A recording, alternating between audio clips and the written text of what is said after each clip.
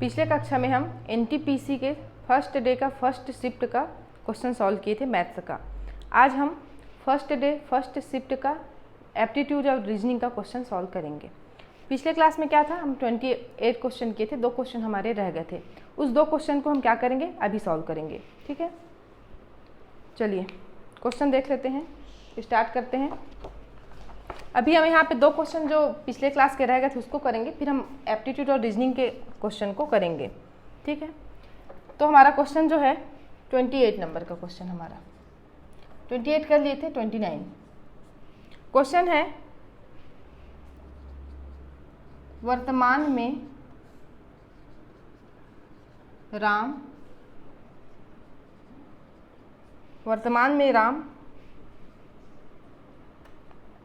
में राम की आयु अपने पुत्र की आयु का 4 गुना है। वर्तमान में दिया है कि राम की आयु अपने पुत्र की आयु का 4 गुना है। 5 वर्ष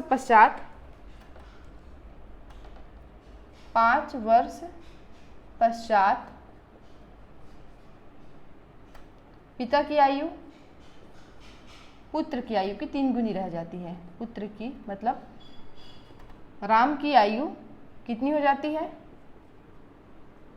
पुत्र की आयु की 3 गुनी। ठीक है, तो वर्तमान में आयु ज्ञात करनी है पिता और पुत्र की। देखिए ऐसे प्रश्नों को कैसे हल करना है, जो दिया है ये क्या है, आपको लिखित रूप में दिया है। अब आपको इसको क्या करना है, मैथमेटिकल फॉर्म में लिखना है। जैसे पहले आपको दिया है कि वर्तमान आयु क्या है, राम की वर्तमान आयु अपने पुत्र की आयु की 4 गुनी है। यदि हम चलते हैं किसमें, वर्तमान में, यदि वर्तमान में पुत्र की आयु कितनी है, x वर्ष है, तो राम की आयु कितनी हो जाएगी, क्वेश्चन में दिया है 4 गुनी, इसका मतलब है कि 4x है। ठीक है, अब दिया है 5 वर्ष पश्चात, 5 वर्ष बाद। ऐसे बताइए 5 वर्ष बाद इसकी आयु कितनी हो जाएगी, x + 5 हो जाएगी। इसकी कितनी हो जाएगी, 4x + 5, यही होगी। 5 वर्ष पश्चात जो भी एज रहेगा उसमें क्या करेंगे, 5 हमको ऐड कर लेना है। तो इसकी आयु कितनी हो गई, पुत्र की x + 5, और राम की कितनी हो गई, 4x + 5। लेकिन क्या बोला है, और आपको दिया है कि 5 वर्ष पश्चात राम की आयु पुत्र की आयु की 3 गुनी हो जाती है। मतलब कितनी हो जाएगी इसकी 3 गुनी, x + 5 × 3। ये दोनों आपस में क्या होंगे, इक्वल होंगे, क्योंकि ये भी क्या दिखाता है, राम की 5 वर्ष बाद की आयु को दिखाता है। ये भी क्या दिखाता है, राम की 5 वर्ष बाद की आयु को दिखाता है। इन दोनों को हम इक्वल करके लिख सकते हैं। 4x + 5 = कितना हो जाएगा, 3x + 15। ठीक है, इधर आ गया, कितना हो जाएगा, 4x - 3x, और ये 15 - 5, तो x = कितना हो गया, 10। x किसकी आयु है, पुत्र की, ये कितनी हो जाएगी, हमको क्या पूछा है, राम और उसके पुत्र की वर्तमान आयु पूछा है। तो पुत्र की वर्तमान आयु कितनी हो गई, 10 हो गई, और राम की वर्तमान आयु 4 × 10 मतलब 40 वर्ष। तो हमारा आंसर कितना हो जाएगा, 10 वर्ष और 40 वर्ष। ठीक है,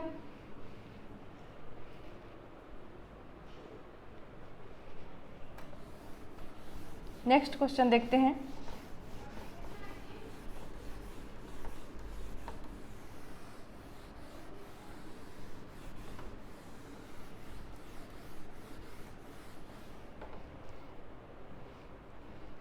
नेक्स्ट क्वेश्चन आपको दिया है a² - b² divided by a - b = 25 है। तो a + b का मान कितना होगा। क्वेश्चन आपको क्या दिया, a² - b² divided by a - b = 25 है। तो a + b का मान हमको ज्ञात करना है। ठीक है, देखते हैं जो दिया उसको लिखते हैं। क्या दिया हमको, a² - b² डिवाइडेड बाई क्या, a - b = 25। अब इसमें क्या है, आप एनटीपीसी का एग्ज़ाम दे रहे हैं, आपको ये चीज़ें याद होनी चाहिए। a + b का होल स्क्वायर कितना होता है, a - b का whole square, a + b whole cube, a - b whole cube, a² - b² A cube minus B cube, A cube plus B cube, ये चीज़ें पता होनी चाहिए। ठीक है, अगर याद है तो अच्छी बात है, याद नहीं तो एक बार क्या करेंगे आप इसको लिख लेंगे और इसको आप याद कर लेंगे। ठीक है, तो यहाँ से हमको पता है a square minus b square equal to क्या होता है, ये होता है ए प्लस बी और ए माइनस बी, ए माइनस बी। तो ए माइनस बी कैंसिल हो गया, तो कितना बचा हमारे पास, a plus b is equal to 25। इसका मतलब है कि ए प्लस बी का मान भी कितना होगा, 25 होगा। ठीक है, ये हो गया हमारे फर्स्ट शिफ्ट में आए हुए मैथ्स के क्वेश्चन। ठीक है, अब हम इसमें देखेंगे रीजनिंग और एप्टीट्यूड के जो प्रश्न आए हैं उनको।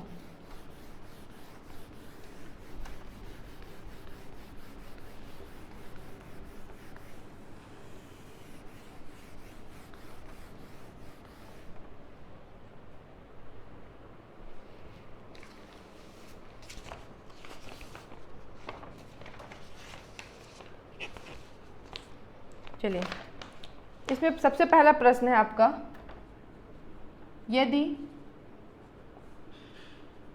अध्यापक क्या है, किताबें, तो चिकित्सक ये क्या होगा, ये बताना है। आपको ऑप्शन में दिया है ए चौक, बी साइकिल, सी स्टेथोस्कोप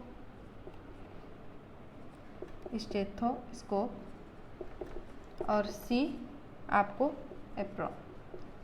ठीक है, इसको हल करते समय आपको क्या ध्यान देना है कि अध्यापक का जो संबंध किससे है, किताब से है, वही संबंध चिकित्सक का किससे होगा, वही संबंध चिकित्सक का किससे होगा। आपको पता है कि जो संबंध अध्यापक का क्या है, किताबों से है, वही संबंध चिकित्सक का किससे होगा, स्टेथोस्कोप से होगा। ठीक है, तो इसका आंसर क्या हो जाएगा, आंसर सी। ये क्वेश्चन यही प्रश्न है जो आपको क्या करेंगे, यहाँ पे आपको टाइम बचाने हैं, आपको पढ़ने हैं और तुरंत क्लिक करना है, क्योंकि आपको पता है रीजनिंग में ज़्यादातर प्रश्न क्या होंगे ऐसे, आपको बहुत ज़्यादा टाइम रीजनिंग में नहीं लगना चाहिए, पढ़ेंगे और सॉल्व करना है, यहीं से हमको क्या करना है, अपना समय बचाना है। ठीक है, अगला क्वेश्चन दिया है आपको, एक सीरीज दिया गया है 1, 8, 27, 36, 216। इसमें से आपको क्या करना है, 125, 216, इसमें से आपको छांटना है कि अनोखा कौन सा है, अनोखा कौन सा है, अलग कौन सा है, विषम कौन सा है। आपको कई प्रकार के शब्दों का उपयोग करेगा, आपको देगा कि सारणी में अनोखा कौन सा है, अलग कौन सा है, या फिर विषम कौन है, विषम मतलब अलग। ठीक है, तो अब आपको देखना है, एक को क्या लिख सकते हैं, 1 का घात 3 लिख सकते हैं, 8 को क्या लिख सकते हैं, 2 का घात 3 लिख सकते हैं, 27 को लिख सकते हैं 3 का घात 3, 36 को लिखेंगे क्या, 6 का घात 2, 125 को क्या लिखेंगे, 5 का घात 3, और 216 को क्या लिखेंगे, 6 का घात 3। तो आप इस सीरीज में देख रहे हैं, इसको यदि हम छोड़ दें तो बाकी सब क्या है, सबकी पावर कितनी है, क्यूब पे है, सिर्फ ये है 36 जिसकी पावर कितनी है, 2 है। इसका मतलब है कि इन सब से जो अलग है वो कौन सा है, 36 है। तो हमारा इसमें आंसर क्या हो जाएगा, 36 इसमें आंसर हो जाएगा। ठीक है,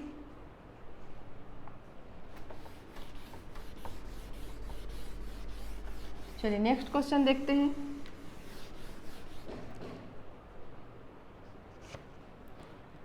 अगला क्वेश्चन बोलता है, यदि आपके पिता आपकी माता होती,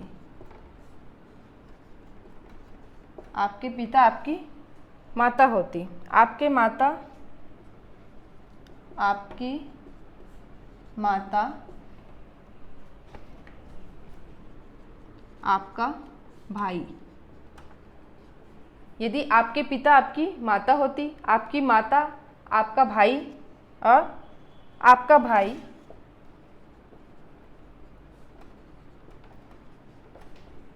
आपकी बहन,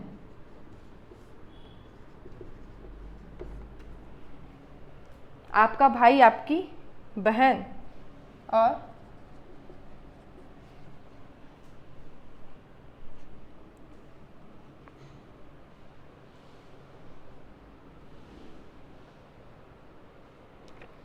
और आपकी बहन आपके पिता। ठीक है, क्या दिया है? यदि आपके पिता आपकी माता होती, आपकी माता आपका भाई होता, आपका भाई आपकी बहन होती, आपकी अपने पिता और बहन क्या होती? आपकी बहन क्या होती? पिता होती। ठीक, तो आप अपनी बहन को क्या कहते हैं? तो आप अपनी बहन को क्या कहते? ठीक है, अपनी बहन को क्या कहते? सीधे ऐसे प्रश्न जब भी आते हैं हमको क्या कैसे करना है? हमको सीधे लिखते जाना है। पिता क्या है? यदि आपके पिता माता होती, माता क्या होती? भाई, भाई क्या होता है? बहन, और बहन क्या होता है? पिता। तो प्रश्न आपको पूछा है, क्वेश्चन आपका क्या है? आप अपनी बहन को क्या कहते? तो अपनी बहन को हम क्या कहते? अपनी बहन को पिता। तो ऑप्शन इसमें क्या है? आपके 4 ऑप्शन जैसे दिए हैं इसमें, पिता, बी माता, सी भाई और डी बहन। तो ऑप्शन क्या हो जाएगा इसमें? पिता कहते। ठीक है, इन प्रश्नों को कैसे हल करना है? जो भी आपको सीरीज टाइप से दिया रहेगा उसको क्या करना है? लिख लेना है। जैसे पिता को माता, माता को भाई, भाई को बहन और बहन को पिता। फिर लास्ट में पूछा आपको कि बहन को अपने क्या बोलेंगे? तो अपनी बहन को क्या बोलेंगे? पिता। ठीक है, बन जाएंगे ऐसे प्रश्न। चलिए नेक्स्ट क्वेश्चन देखते हैं।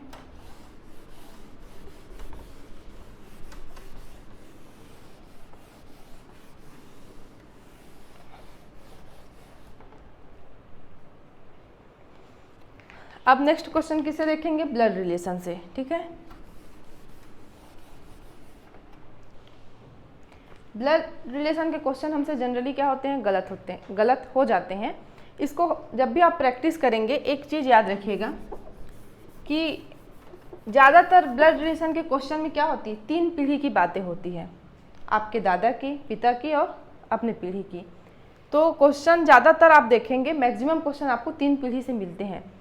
हमारे जो रिलेशन होते हैं वो कितने प्रकार के होते हैं? 2 प्रकार के होते हैं। एक रिलेशन क्या होता है? हम जब जन्म लेते हैं, जैसे ही हम पैदा हुए उसके साथ हमारे रिलेशन बनते हैं। जैसे मम्मी पापा, दादा दादी, नाना नानी, बुआ, चाचा चाची, ये सब क्या होते हैं? जब हम पैदा होते हैं उसके साथ हमारे रिलेशन बनते हैं। दूसरे रिश्ते हमारे कब बनते हैं? शादी के बाद। जैसे लड़के हैं तो सास ससुर तो सभी के होंगे, चाहे लड़की हो चाहे लड़के हो। साला हो गया, देवर हो गया, ननंद हो गए, ये सब क्या होते हैं? शादी के बाद। तो रिश्ते 2 प्रकार के बनते हैं, ये आप रखिएगा याद। और दूसरा, इस प्रश्न को हल करते समय हम कुछ अपने सिंबल रखेंगे। जैसे वो आप पे डिपेंड करता है आप कैसे प्रैक्टिस करते हैं। पीढ़ी को हमेशा दर्शाने को क्या करेंगे? हमको 3 लाइन में रखना है। क्वेश्चन जब भी हल करेंगे क्वेश्चन को आपको 3 लाइन में लेकर चलना है। ये दादा दादी वाली पीढ़ी, ये बीच वाली पीढ़ी, ये वर्तमान पीढ़ी, हमको 3 पीढ़ी लेके चलना है। फिर आप एक और याद रखिएगा कि जहाँ पे भी पुरुष की बात होगी उसको हम क्या कर लेंगे? स्क्वायर में लिख लेंगे।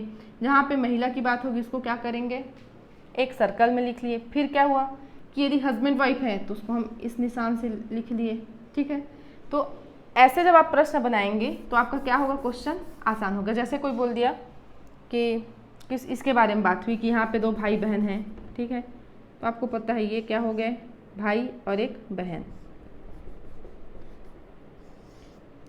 इनके बीच में कोई तीर का निशान नहीं, मतलब इनके बीच में रिलेशन क्या है? भाई बहन का है। इनके पिता के बारे में दिया होता, इन दोनों से रिलेटेड कुछ इनके माता पिता के बारे में बताए होते। माता पिता मतलब इससे एक पीढ़ी ऊपर चले गए तो हम यहाँ आ गए। ये क्या है? हस्बैंड वाइफ है, तो इसमें क्या किए? इस निशान से दिखा दिए। अब जब आप ऐसे क्वेश्चन बनाएंगे तो आपको पता है ये क्या है? इनके बच्चे हैं, ये भी क्या है? इनके बच्चे हैं। अब इससे कुछ आया कि इनके, तो इस प्रकार से जब आप बनाएंगे एक पीढ़ी को क्या करना है? एक ही लाइन में लिखना है। उसकी पहले की पीढ़ी को क्या करना है? एक लाइन ऊपर लिखना है। उससे आगे वाली पीढ़ी को क्या करना है? एक लाइन नीचे लिखना है। हस्बैंड वाइफ यदि हैं तो उनको क्या करना है? इस प्रकार के निशान से दिखाने हैं। भाई बहन है तो क्या करेंगे? तो ऐसे जब आप क्वेश्चन करेंगे, इस प्रकार से प्रैक्टिस करेंगे, आपके क्वेश्चन कभी गलत नहीं होंगे। ठीक है, क्योंकि ब्लड रिलेशन जैसे इजी टॉपिक यदि गलत होते हैं तो हम 1 नंबर वहीं पे तुरंत क्या हो जाते हैं? पीछे हो जाते हैं। और ये इजी क्वेश्चन है, ये गलत नहीं ही होने चाहिए। चलिए अगला क्वेश्चन देखते हैं। एक लड़की की ओर इशारा करते हुए राजीव ने कहा,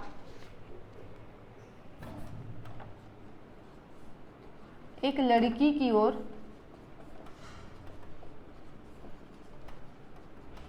इशारा करते हुए राजीव ने कहा,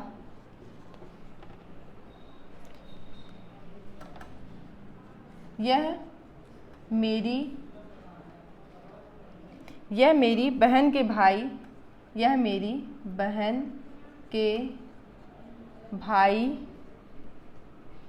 के पिता की एकमात्र पुत्री है, एकमात्र पुत्री है। ठीक है,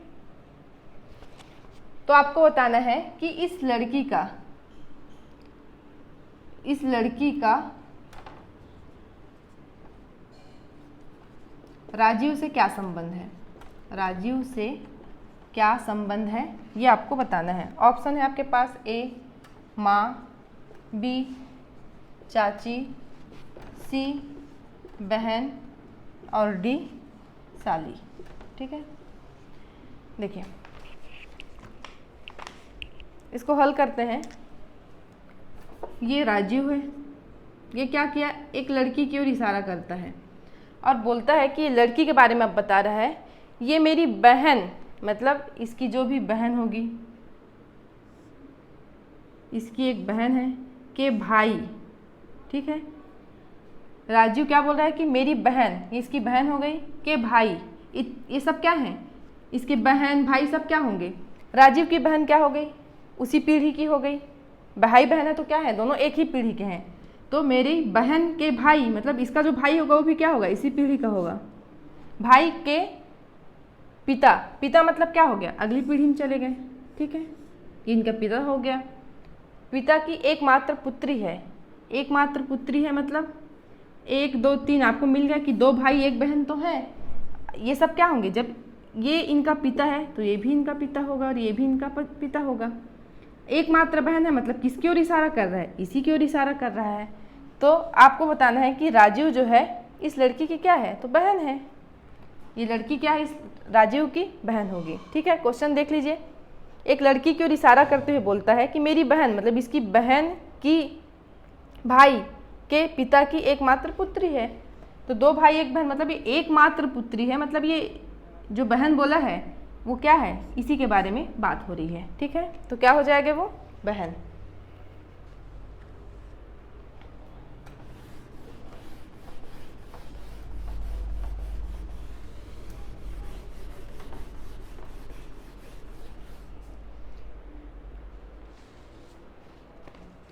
नेक्स्ट क्वेश्चन देखते हैं।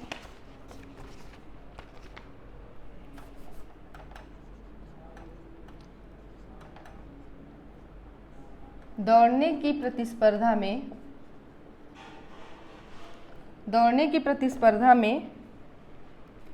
यदि आप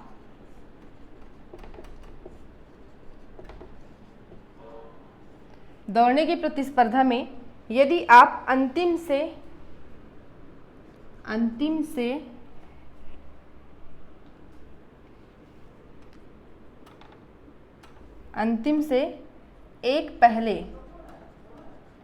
से एक पहले के प्रतिस्पर्धी हैं,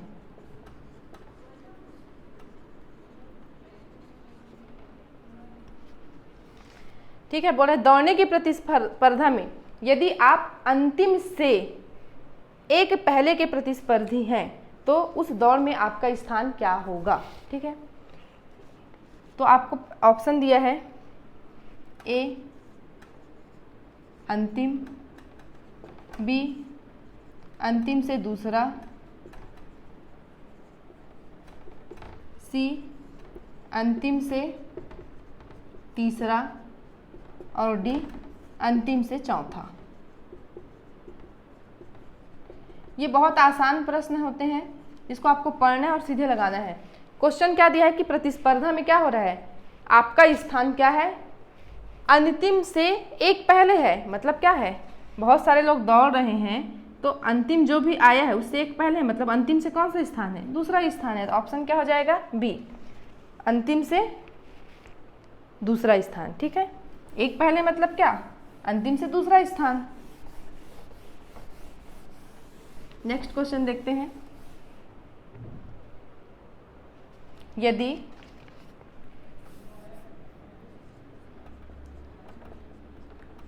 ये कोडिंग डिकोडिंग का क्वेश्चन है, यदि अमेरिका को किससे दिखाते हैं 1 7 3 4 6 5 1 से, और इंडिया को किससे दिखा रहे हैं 6 8 9 6 1 से, तो हमको बताना है कि कनाडा को, हमको क्या बताना है, कनाडा को किससे दिखाएंगे। ठीक है, देखिए कोडिंग डिकोडिंग बहुत टाइप से बनते हैं। जैसे सबसे पहला हम क्या देखते हैं कि हम ए को ए से दिखाते हैं, बी को 2 से, सी को 3 से, इस प्रकार से दिखाते हैं। ठीक है, लेकिन इस प्रकार से जब प्रश्न पूछे तो आप सबसे पहले क्या चेक करेंगे, सी कहाँ है, यहाँ है, सी को किससे प्रेजेंट किए हैं। मतलब यदि कोई ऐसा अल्फ़ाबेट के बारे में आपसे पूछा है जो सारे अल्फ़ाबेट जो दिए हुए हैं उसमें उपयोग में हुए हैं, यूज हुए हैं, तो आपको सब कुछ नहीं करना है, सीधे सीधे यहाँ से देखना है कि किसके लिए क्या दिखाया गया है और सीधे उसको हमको लिख लेना है। जैसे इसको हम लिखे यदि तो क्या है 1 7 3 4 6 5 1, यही है। इंडिया को क्या किए हैं 6 8 9 6 1। देखिए हर जगह ए को किससे दिखा रहे हैं 1 से दिखा रहे हैं, आई को 6 से दिखा रहे हैं, ए को 1 से दिखा रहे हैं, तो बस हमको सीधे देख लेना है। सी को हम किससे दिखाए हैं, सी हमारा क्या है यहाँ पे 5 है। ठीक है, तो ये 5, ए को किससे 1 से, एन को किससे दिखाए हैं 8 से, ए को किससे दिखाए हैं 1 से, डी को किससे दिखाए हैं 9 से, तो हमारा आंसर क्या हो गया 5 1 8 1 9 1। ठीक है, हर जगह क्या करना है, ऐसे ए को 1 बी 2 सी ऐसे नहीं दिखाना है हमको। जब भी प्रश्न आए और आपको डायरेक्ट ऐसे अल्फ़ाबेट मिले जो पहले जो दिया हुआ है उसमें यूज हो चुका है, तो हमको सिर्फ वहाँ से उठा के यहाँ पे लिख लेना है। ठीक है, तो सबसे पहले आपको ध्यान इसी को देना है कि वही अल्फ़ाबेट यहाँ पे थोड़ी यूज है, अगर हुए हैं तो हमको कुछ नहीं करना है, वहाँ से सिर्फ यहाँ पे लिखना है। बन जाएंगे ऐसे क्वेश्चन, ईजी होते हैं, फंसना नहीं है इन प्रश्नों पे, प्रैक्टिस रहेगी बहुत आसानी से हो जाएंगे सॉल्व वहाँ पे।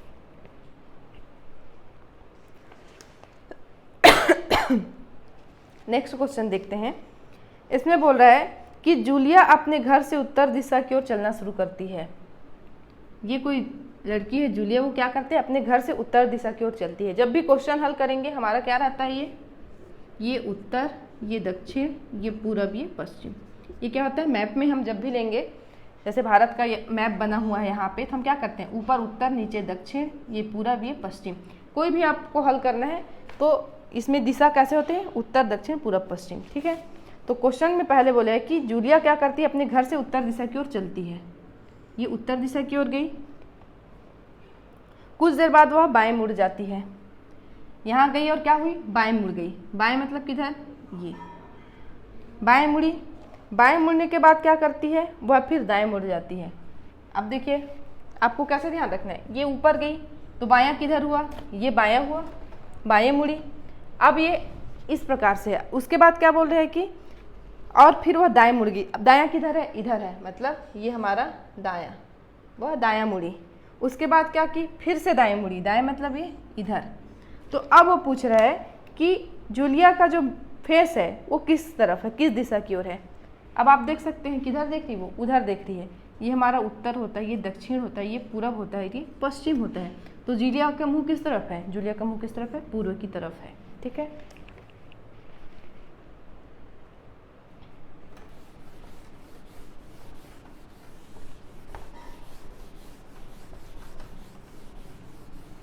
चलिए नेक्स्ट क्वेश्चन देखते हैं।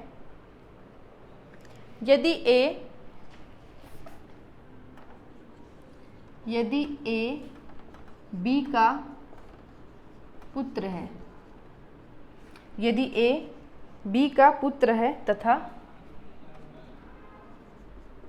सी का पिता है, सी का पिता है, तो बी का सी से क्या संबंध है, तो बी का सी से क्या संबंध है, ये आपको बताना है। ठीक है, ए क्या है, बी का पुत्र है और सी का पिता है। ए हमको लेना है, ए क्या है, बी का पुत्र है, मतलब बी यहाँ आ गया। ठीक है, जो सी का पिता है, कौन सी का पिता है, ए बी का पुत्र है तथा सी का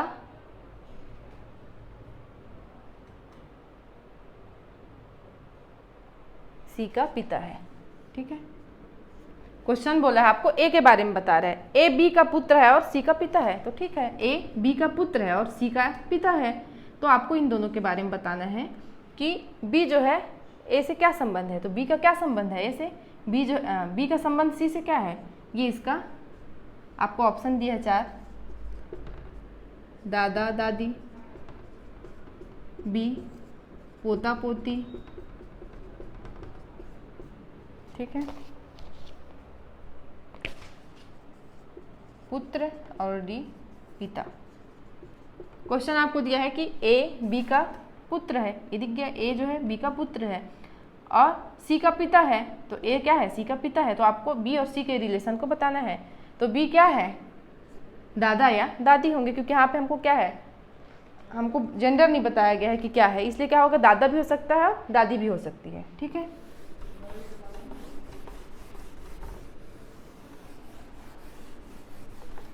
चलिए नेक्स्ट क्वेश्चन देखते हैं। फिर से वही है, अतीक्ष्ण, जैसे आपको दिया है अतीक्ष्ण तीक्ष्ण, तो अब आपको बताना है बुवाई का क्या होगा। ठीक है, हमेशा आपको इन दोनों में संबंध देखना है, ये क्या है अतीक्ष्ण, ये क्या है तीक्ष्ण, तो बुवाई का आपको बताना है। ऑप्शन आपको दिया है, ए कटाई, बी बीज, सी किसान और डी फसल, ये आपको ऑप्शन दिया है। देखिए तीक्ष्ण और अतीक्ष्ण में कैसा संबंध है, ये क्या है, एक दूसरे के विलोम है, तो अब हमको देखना है कि बुआई का विलोम क्या होगा, तो बुआई का विलोम क्या हो जाता है, कटाई हो जाएगा। ठीक,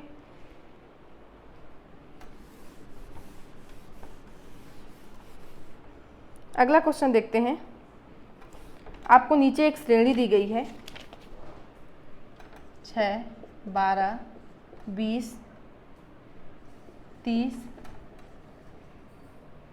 56, 72, इसमें आपको इसके जगह क्या आएगा ये बताना है। ठीक है, आपको ऑप्शन दिया है, ए 40, बी 42, सी 44 और डी 48। जब भी सीरीज आता है तो क्या रहता है, सीरीज को प्रैक्टिस कर, सीरीज में आप बहुत प्रैक्टिस कीजिएगा, उससे क्या होता है, हमको क्वेश्चन जल्दी समझ में आता है। सीरीज वो कैसे भी दे सकता है, कई बार क्या होता है, कुछ नंबर्स क्या होते हैं, जुड़ते हैं, जैसे 2, 4, 6, 8 इस प्रकार से जुड़े। कई बार क्या होता है, गुना पर आधारित होता है, कई बार क्या होता है, भाग पे रहता है कि सब में इसका भाग देने पर क्या हो जाएगा, वो इक्वल हो जाता है। वो क्वेश्चन पे डिपेंड करता है, आपको देखना है क्या हल कर, अगर आप इसमें प्रैक्टिस करेंगे तो क्या होता है, क्वेश्चन ये जल्दी हल होते हैं। ये सीरीज आपको, वो बहुत प्रकार के सीरीज बनते हैं जिससे आधारित वो प्रश्न देंगे, अगर आपके प्रैक्टिस में रहेगा तो वो हल हो जाएगा। इसमें देखते हैं 6, 12, इनके बीच में कितने का अंतर है, 6 का अंतर है। फिर आगे चलते हैं 20, इनके बीच में कितने का अंतर है, 8 का अंतर है। फिर आगे चलते हैं 30, इनके बीच में कितने का अंतर है, 10 का अंतर है। अब आपको दिख रहा है 6, 8, 10, इसका मतलब है कि इसके आगे वाले में कितने का अंतर होगा, 12 का अंतर होगा, तो कितना हो जाएगा ये 42। इसके आगे 14 का अंतर होगा, देख लीजिए, इसमें 14 जोड़ेंगे तो कितना हो जाएगा 56। इसके आगे कितने का अंतर, 16 का अंतर, 72। तो यहाँ पे हमारा आंसर क्या हो जाएगा, 42।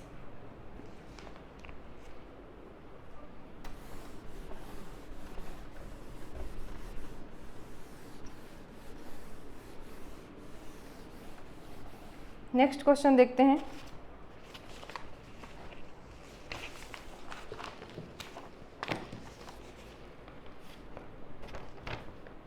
अब आपको यहाँ पे 3 प्रश्न मिलेंगे क्वेश्चन नंबर 11 से 13 तक। उसके लिए आपको दिया गया है अमर, बाबू, शेरा और दिया। ये लोग क्या करते हैं, 4 क्वेश्चन सॉल्व कर रहे हैं। अमर, बाबू, शेरा और दिया से कहा गया वे 4 बहुविकल्पी प्रश्नों को हल करें जिसके विकल्प क्या हैं, 1, 2, 3, 4 हैं। कौन कौन है? अमर, बाबू, शेरा और दिया। इन 4 लोगों को क्या किया गया है, कहा गया है वे 4 बहुविकल्पी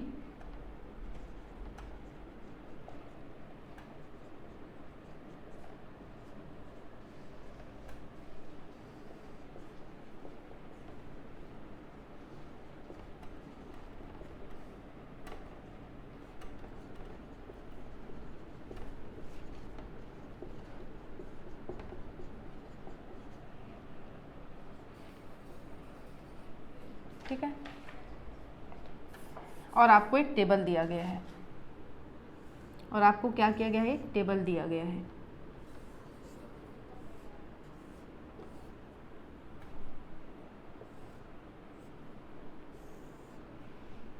ये हो गया अमर का, ये हो गया बाबू का, ये हो गया शेरा का और ये हो गया दिया का।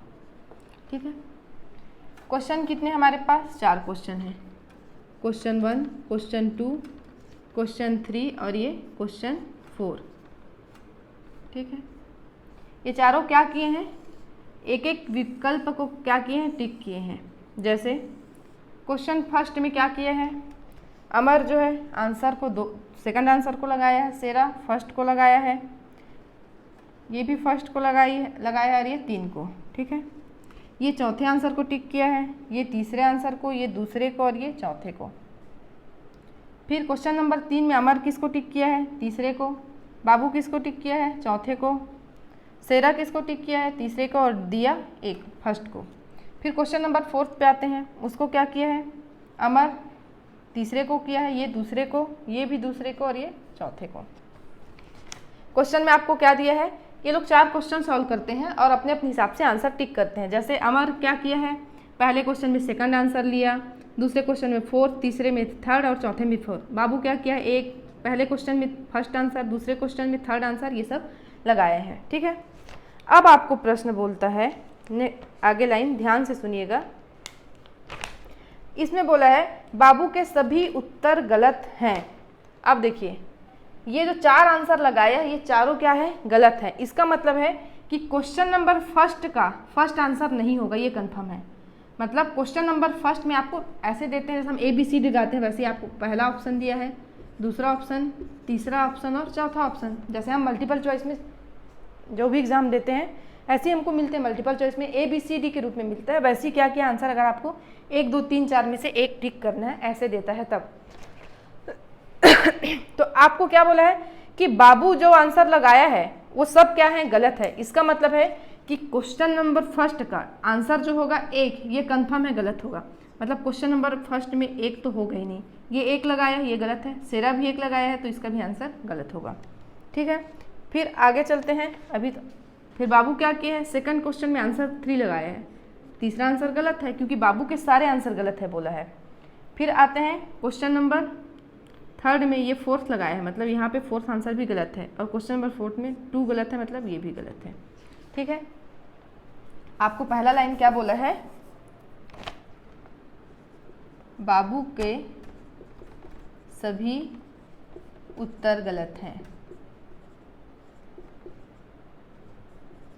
तो हम देख लिए, इसका मतलब है कि क्वेश्चन पहला का 1 आंसर हो ही नहीं सकता, क्वेश्चन दूसरा का 3 आंसर होगा ही नहीं, और क्वेश्चन 4th का 4 आंसर नहीं होगा, और क्वेश्चन इसका चौथा ये क्वेश्चन 4 का 2 आंसर नहीं होगा। इसका मतलब है कि जो भी क्वेश्चन फर्स्ट में 1 टिक किए होंगे उन सब का गलत होगा।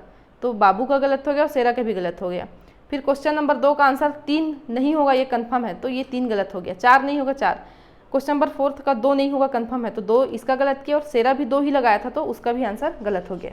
फिर आगे दिया है आपको अमर के पहले 2 जवाब निश्चित गलत हैं। अगला लाइन आपको दिया है अमर के पहले दो उत्तर निश्चित रूप से गलत हैं, निश्चित रूप से गलत हैं। यहाँ पे एक शब्द उपयोग किया निश्चित रूप से, इसका मतलब है कि अमर के दो आंसर निश्चित रूप से गलत हैं, ये तो बता सकते हैं, लेकिन इसके बारे में हमको जानकारी नहीं है, ये सही भी हो सकता है और गलत भी हो सकता है। ठीक है, अब देखते हैं अमर क्या किया, क्वेश्चन पहले का आंसर 2 लगाया है, इसका मतलब है कि क्वेश्चन पहले का आंसर 2 भी नहीं होगा, तो ये भी गलत हो गया। ठीक है, फिर आते हैं क्वेश्चन नंबर 2 में। क्वेश्चन नंबर 2 में अमर क्या टिक किया है, चौथा आंसर टिक किया है, और हमको क्या बोला है, अमर के पहले 2 उत्तर निश्चित रूप से गलत है, मतलब क्वेश्चन 2 में जो चौथा आंसर है वो भी गलत होगा। और कोई 4 लगाया है क्या, दिया भी 4 लगाई है, तो इसका भी आंसर ये गलत हो गया। ठीक है, आगे आपको बोलता है दिया के 2 उत्तर सही थे, दिया के 2 उत्तर सही, लेकिन चौथा गलत। दिया के 2 उत्तर तो सही है, लेकिन चौथा क्या है, निश्चित रूप से गलत है बोल दिया, इसका मतलब है कि इसका आंसर 4 नहीं होगा। 2 उत्तर सही है, 2 उत्तर सही है दिया के, मतलब जो क्वेश्चन इसके पास 2 ही बाकी है, इसका मतलब कि क्वेश्चन फर्स्ट का आंसर क्या होगा, 3 होगा, और क्वेश्चन सेकंड का आंसर क्या होगा, क्वेश्चन सेकंड का आंसर 1 हो जाएगा, क्योंकि दिया के 2 आंसर सही है बोल रहा है, चौथा गलत है, चौथा गलत कर दिए, ये पहले से ही गलत हो चुका है, तो अब 2 ही तो आंसर बचे हैं, तो क्वेश्चन फर्स्ट का आंसर क्या हो जाएगा, 3rd हो जाएगा, और क्वेश्चन 3rd का आंसर क्या हो जाएगा, 1 हो जाएगा। इसका मतलब है कि जब क्वेश्चन 3rd का आंसर 1 हो गया, मतलब ये भी गलत है, ये भी गलत है। ठीक है, अब आप बता सकते हैं, अब आपको क्या क्वेश्चन दिया है, अब आपको यहाँ पे 3 अलग अलग प्रश्न दिए, ये टेबल बन गया। अब आपको पूछा है कि सेरा का कौन सा प्रश्न सही है, देख लीजिए सेरा का कौन सा प्रश्न सही है, दूसरा क्वेश्चन नंबर दूसरा, सेरा का कौन सा प्रश्न सही है, क्वेश्चन नंबर 2 जो है सेरा का सही है। तो पहला प्रश्न आपको पूछा है कि सेरा का कौन सा उत्तर सही है। फिर अगला आपको पूछा है कि किसका क्वेश्चन नंबर 4 का सही उत्तर है। देखिए क्वेश्चन नंबर 4 का सही उत्तर कौन दिया है, अमर दिया है। ये क्वेश्चन नंबर 4 का सही आंसर कौन दिया है, अमर दिया है। क्वेश्चन 4 का सही आंसर कौन दिया है, अमर दिया है। फिर आपको पूछा है कि दिया का कौन सा उत्तर सही है, तो दिया का कौन सा उत्तर सही है, क्वेश्चन नंबर 1 और क्वेश्चन नंबर 3। ठीक है, यहाँ पे 3 क्वेश्चन आपको दिया है।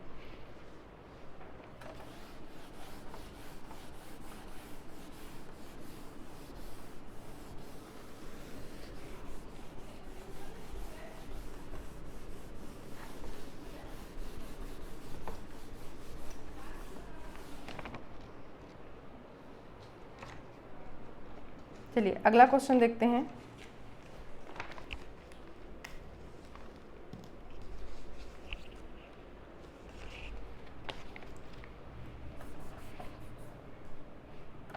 अगला क्वेश्चन दिया है मोहन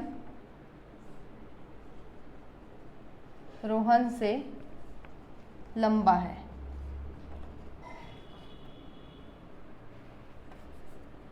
वह फरहान से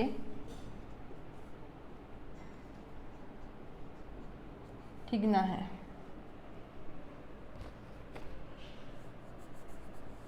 ठीक है, आपको पहला दिया है कि मोहन जो है रोहन से लंबा है, वह फरहान से ठिगना है। कानन मोहन से ठिगना है,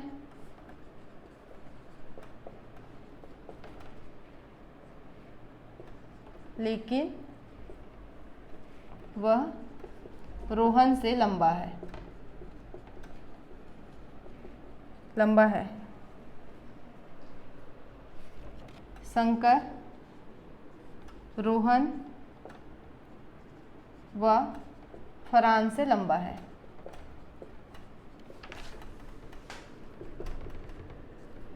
तो सबसे लंबा कौन है आपको बताना है। ऐसे प्रश्न को कैसे हल करेंगे, सबसे पहले जो दिया आपको मोहन क्या है, रोहन से लंबा है, ये हमको मिल गया, मोहन रोहन से लंबा है। ठीक है, फिर बोला है वह फरहान से ठिगना है।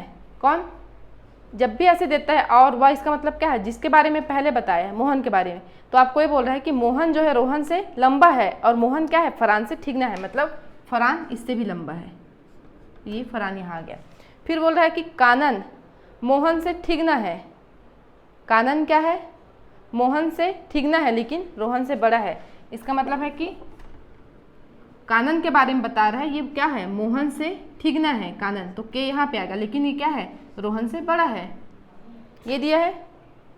फिर बोल रहा है लेकिन वह रोहन से लंबा है, ठीक है। फिर आगे बोला है कि शंकर, शंकर क्या है? रोहन और फरहान दोनों से लंबा है। इसका मतलब है कि शंकर क्या है? फरहान से लंबा है, तो ये यहाँ आ गया। तो अब आपको पूछा है सबसे लंबा कौन है, तो सबसे लंबा कौन हो जाएगा? शंकर हो जाएगा, ठीक है।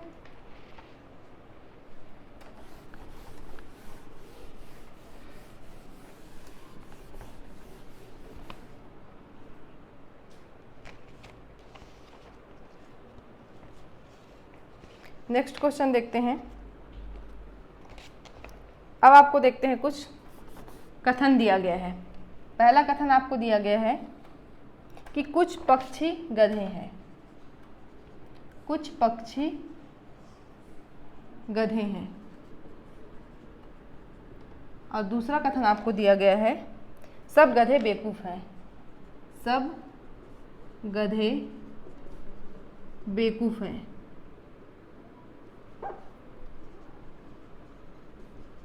ये आपको कथन दिया गया है, ठीक है।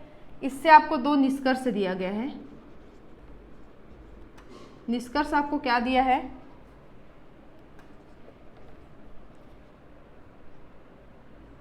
सभी पक्षी बेवकूफ़ हैं, सभी पक्षी बेवकूफ़ हैं। और चौथा आपको दिया गया है कि कुछ पक्षी बेवकूफ़ हैं, कुछ पक्षी बेवकूफ़ हैं, ये आपको दिया गया है, ठीक है। कुछ पक्षी क्या है? गधे हैं, ठीक है, बना लेते हैं।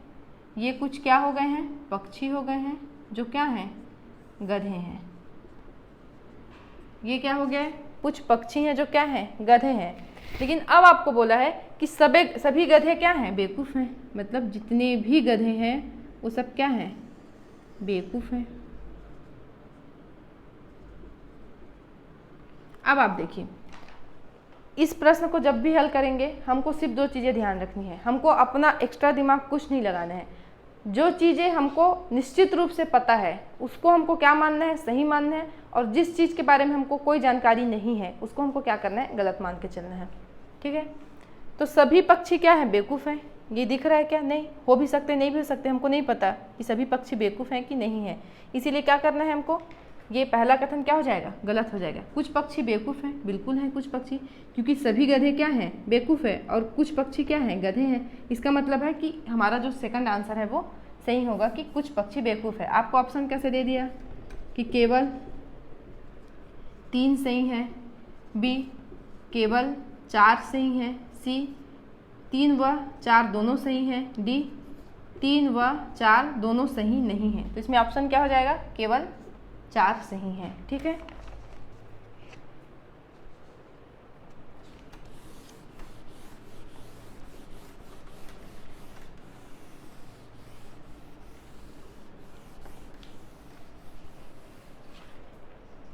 नेक्स्ट क्वेश्चन आपको दिया है कि यदि काऊ को हम क्या करते हैं? 41 से दिखाते हैं और गॉड को हम किससे दिखा रहे हैं? 43 से दिखा रहे हैं, तो डॉग के लिए क्या होगा ये आपको बताना है। ऑप्शन आपको दिया है ए 47, बी 38, सी 25 और डी 26, ठीक है।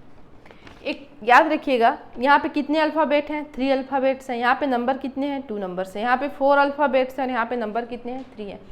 तो जब भी आपको अल्फ़ाबेट क्या रहे? ज़्यादा रहे और नंबर क्या रहे? कम रहे, तो आप इतना याद रखिए या तो इनके बीच में कभी मल्टीप्लिकेशन रहता है या कभी इनके बीच में एडिशन रहता है, ठीक है। तो इसको हमको क्या करना है? हल करना है। तो सी के लिए कितना हो जाता है? सी को 3, ओ को 15, डब्ल्यू को 23। ये आपको याद होना चाहिए। ए बी सी डी के लिए कितने नंबर्स होते हैं आपको याद होने चाहिए, ठीक है। तो 3 + 5 कितना हो जाएगा? 3 + 5 18। इसमें 18 ऐड करेंगे कितना हो जाएगा?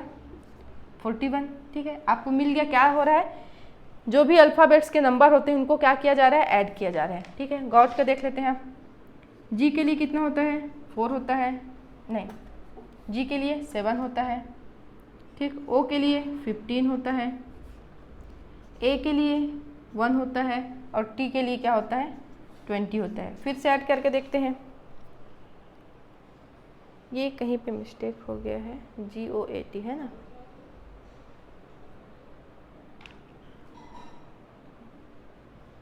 ठीक है।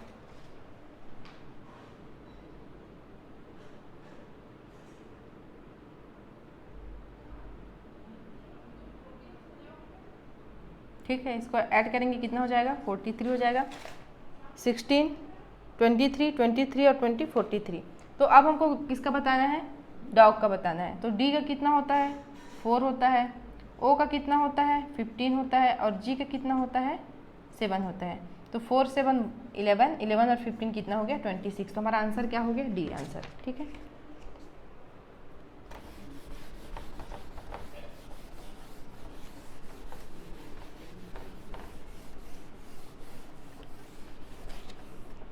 नेक्स्ट क्वेश्चन करते हैं।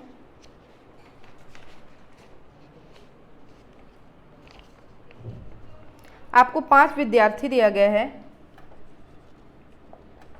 प्रियंका, मेरी, सुनील,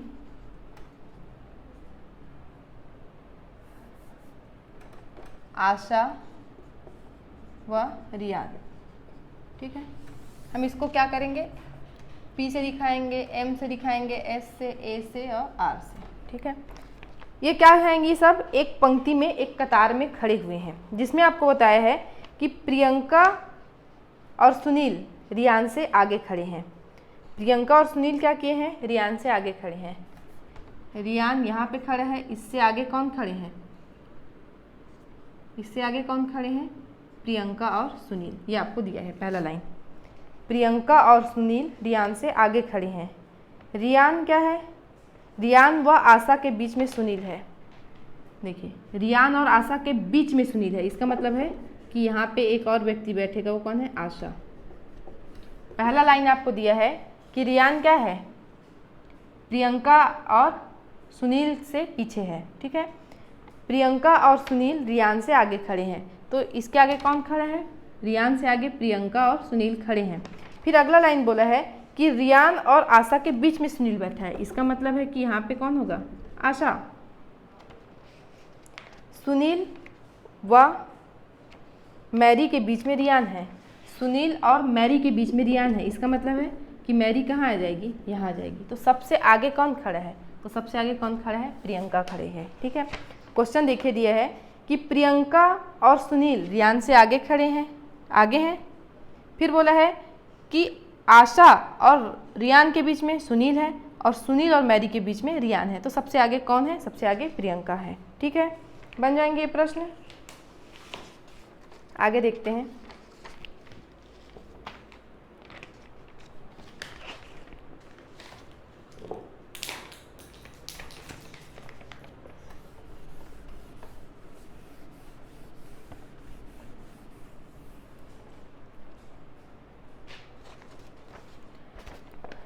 नेक्स्ट क्वेश्चन 19 से 21 तक इसी प्रश्न पे बनेंगे। ठीक है, जिसमें बोला है आपको कि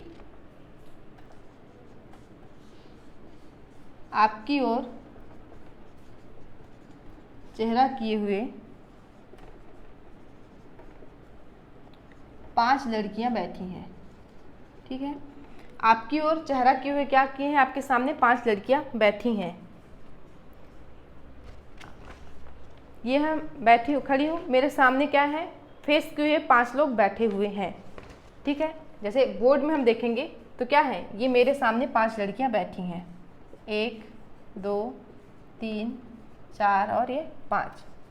अब देखिए, अब प्रश्न हमें क्या बोल रहा है, सबसे पहले बोल रहे हैं कि रूही और मनाली क्रमशः ऊर्जा के दाएं और बाएं बैठे हैं। रूही और मनाली क्या है, ऊर्जा के दाएं और बाएं बैठे हैं। ठीक है, तो सबसे पहले हमको क्या करना पड़ेगा, ऊर्जा को लेना पड़ेगा। ये हम मान ली कौन है, ऊर्जा है।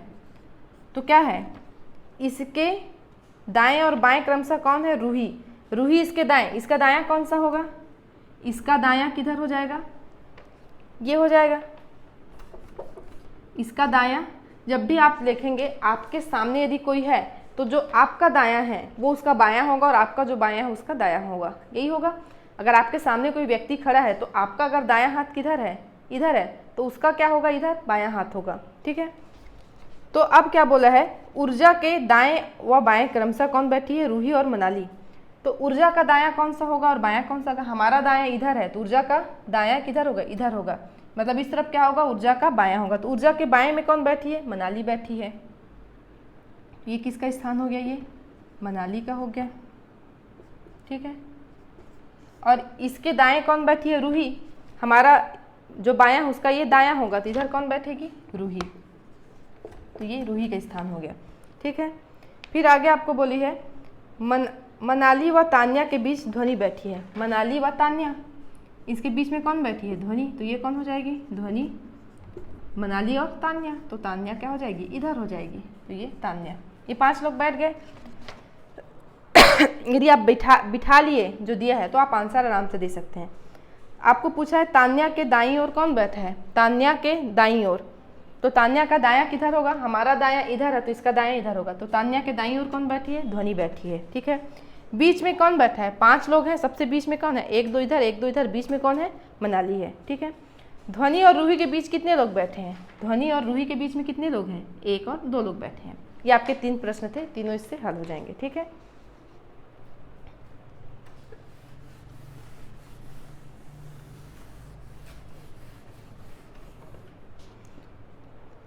आपको दिया है कि सन 2011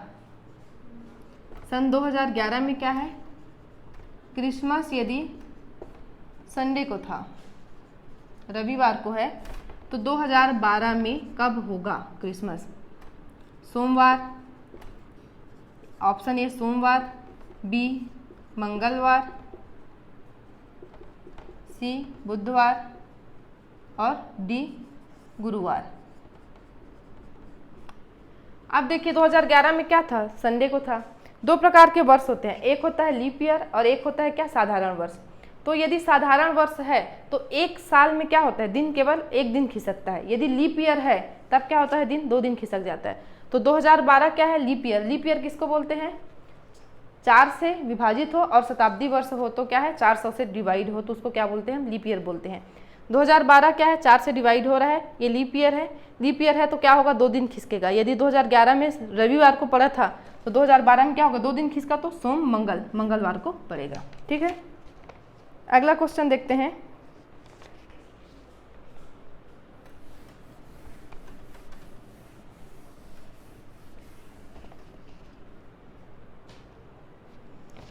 आपको कुछ विकल्प दिए गए हैं, उसमें से आपको चुनना है कि ये अलग कौन सा है। निम्न में से अलग कौन सा है आपको बताना है। ये क्या है? बाहरी हार्ड ड्राइव। ठीक, बाहरी हार्ड ड्राइव ये आपका पहला है।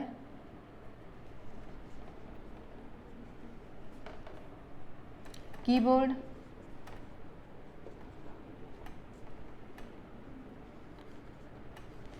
डिजिटल कैमरा और है आपके पास अगला कॉम्पैक्ट डिस्क।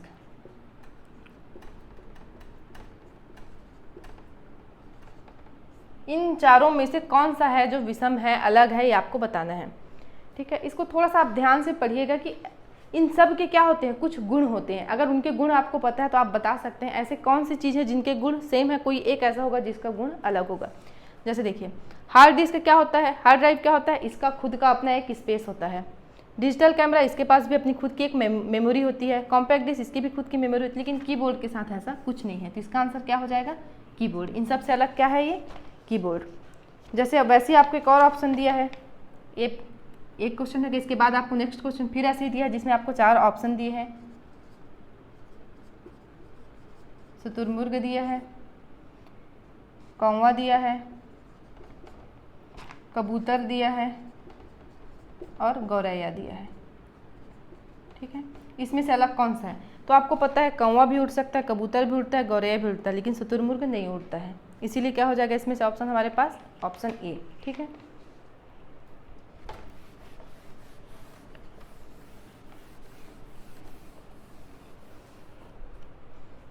नेक्स्ट क्वेश्चन आपको दिया है कि यदि वृत्त का क्या होता है, परिधि, तो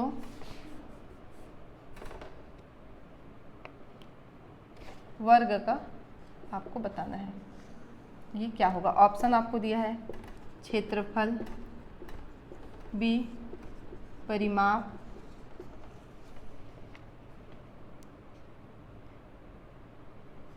सी विकर्ण रेखा और डी भुजा। ठीक है, आपको पता है ये वृत्त होता है, तो वृत्त का परिमाप क्या बोलते हैं? ये जो सर्कल है इसकी लंबाई, यदि इसकी लंबाई कितनी है 27 मीटर 28 मीटर जो भी है, ये जो सर्कल जिससे ये वृत्त बना है इसकी लंबाई को हम क्या बोलते हैं? इसका परिमाप बोलते हैं, परिधि बोलते हैं। तो वर्ग का आपको बताना है, तो वर्ग का यदि चारों भुजाओं को जोड़ेंगे तो उसको क्या बोलते हैं? परिमाप बोलते हैं। तो इसका आंसर क्या हो जाएगा? बी परिमाप हो जाएगा। ठीक है, नेक्स्ट क्वेश्चन आपको दिया है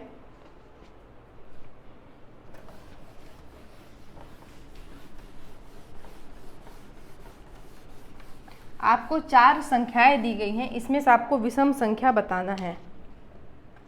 28, 44, 68 दिया है, 80 दिया है, 92 ये आपको दिया है। इनमें से आपको बताना है कि विषम कौन सा है। ठीक है,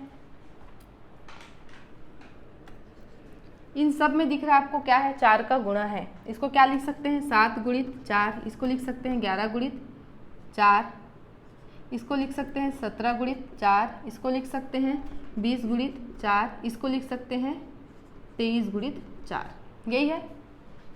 अब देखिए 7 गुणित 4, 11 गुणित 4, इनमें से विषम कैसे देखेंगे? 7 क्या है? अभाज्य है। 11 भी क्या है? अभाज्य है। 17 भी क्या है? अभाज्य है। 23 भी क्या है? अभाज्य है। सिर्फ 20 एक ऐसा संख्या है जो भाज्य संख्या है, मतलब बाकी लोगों से ये अलग है। इसका मतलब इसका आंसर क्या हो जाएगा? 80 हो जाएगा। ठीक है, फिर आपको क्या किया है? अगला क्वेश्चन देखते हैं। आपको वो इस प्रकार के प्रश्न पूछते हैं जिसमें डिक्शनरी में जैसे शब्द जमे होते हैं वैसे आपको जमाने के लिए शब्द वो कुछ देते हैं। ठीक है, जैसे आपको शब्द दिए हैं सिंगर,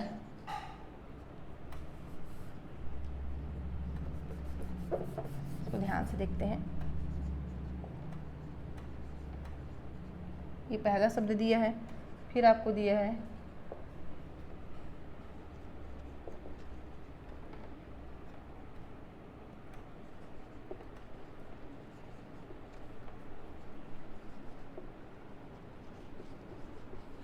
ठीक है, इसको डिक्शनरी में जमाने के लिए सबसे पहले क्या करते हैं? सबसे पहले अल्फ़ाबेट देखते हैं। एस एस एस सब एस से है। सेकंड अल्फ़ाबेट देखते हैं, आई आई आई सब में आई है। फिर देखते हैं डिक्शनरी कैसे जमता है, ए बी सी इस प्रकार से जमता है। ठीक है, तो पहला तो सब में सेम है, सेकंड में जाते हैं, सेकंड भी सेम है, फिर थर्ड में जाते हैं। थर्ड में इसमें क्या है? एन है, इसमें भी एन है, इसमें भी एन है, इसमें एम है। तो क्या होता है? एल एम एन, एम के बाद एन आता है। इसका मतलब है कि सबसे पहले कौन सा अल्फ़ाबेट आएगा? Simple SIMPLE। क्यों? क्योंकि SI सब में है, उसके आगे हम जाते हैं तो इसमें क्या है? एम है, मतलब ये वर्ड क्या होगा? पहले आएगा। उसके बाद बचा कितना हमारे पास? 1 2 3। ठीक है, सब में SIN है। ठीक है, 3 चौथे अल्फ़ाबेट में जाते हैं। इसमें क्या है? G है, और इसमें क्या है? I है। तो पहले क्या आता है? G या I? पहले G आता है। इसका मतलब है कि ये नहीं आएगा। अब देखें, इसमें भी G है, इसमें भी G है। इसमें G के बाद क्या है? E है। इसमें G के बाद क्या है? L है। इसका मतलब है कि कौन पहले आएगा? E पहले आता है, तो ये पहले आएगा, फिर ये आ जाएगा, उसके बाद ये आ जाएगा। ठीक है, अब आपको पूछा है कि डिक्शनरी के हिसाब से जब जमाएंगे तो तीसरा जो हमारा शब्द होगा कौन सा होगा? तो तीसरा शब्द क्या हो जाएगा? हमारा सिंगल हो जाएगा। ठीक है, नेक्स्ट क्वेश्चन आपको दिया है कि उलझे हुए अक्षर आपको दिया है।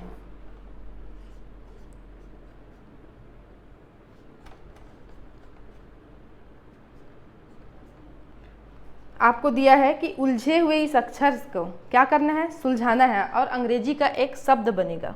इस उलझे अक्षर को जब हम सुलझाएंगे तो क्या होगा, अंग्रेजी का एक सार्थक शब्द बनेगा। उसका 5वां अक्षर कौन सा होगा। अब ये आपको डिपेंड करता है कि आपको जो भी शब्द बनेगा वो शब्द आपको पता है, उसकी स्पेलिंग पता है, तो आपसे क्या हो जाएगा, वो बन जाएगा। जैसे इसको देख के समझ में आ रहा है क्या है, इसे हम क्रिकेट बना सकते हैं, ठीक है। तो अब आप बता सकते हैं कि 5वां अक्षर क्या हो जाएगा, इसका क्या हो जाएगा, ठीक है। ये हमारी हो गई रीजनिंग की क्लास। ऐसे ही हम अल्टरनेट एक दिन मैथ्स की एक दिन रीजनिंग की क्लास करते रहेंगे, ठीक है। चलिए अगली क्लास में फिर मिलेंगे मैथ्स की क्लास में।